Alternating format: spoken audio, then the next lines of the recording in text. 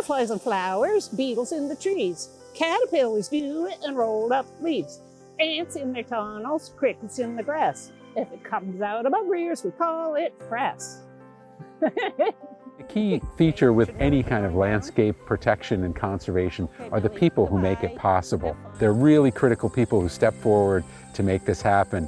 One of them is Marilyn Fancher, who always wanted to preserve something that was important to them. And Marilyn stepped forward to help us acquire properties from the village of Voorheesville that are really in the heart of the corridor. There's salamanders, but I don't know which varieties. There's so many varieties out here. I feel like a kid, even though I can't really walk like a kid now, but I still get around, and it's just such a cool sense of exploration. I just love to feel like I'm here and hardly any people are, and lots of critters and plants are here. And it's just a sense of exploration that I love. This is an interesting project for us. You know, most land trusts start out by preserving particular small spots of land that are threatened, but this is the bigger vision of protecting larger areas and having greater impact by creating protected corridors. I had gone out with Mark quite a few times looking for properties, and this piece is very important connector to this corridor that runs all down the bottom of the Helderbergs.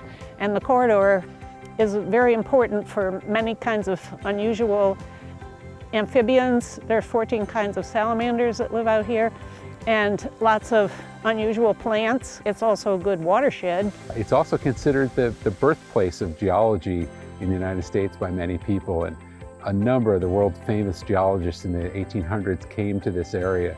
A tremendous both natural history and human history as well.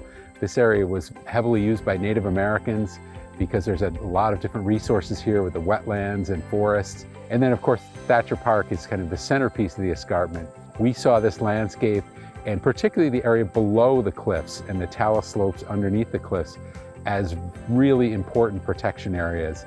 But if all these properties hadn't been saved, there wouldn't have been any corridor for wildlife along here, because people would have come in, even though they couldn't build back by the cliffs.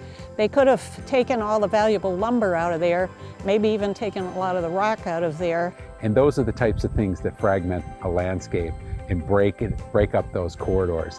So we hope people will join us in protecting areas like this. This corridor could be enhanced. Even though we've done the bulk of the work, there's still some areas that we would like to see preserved here too. So we hope you'll support us in that endeavor. It's just such a fabulous area for wildlife.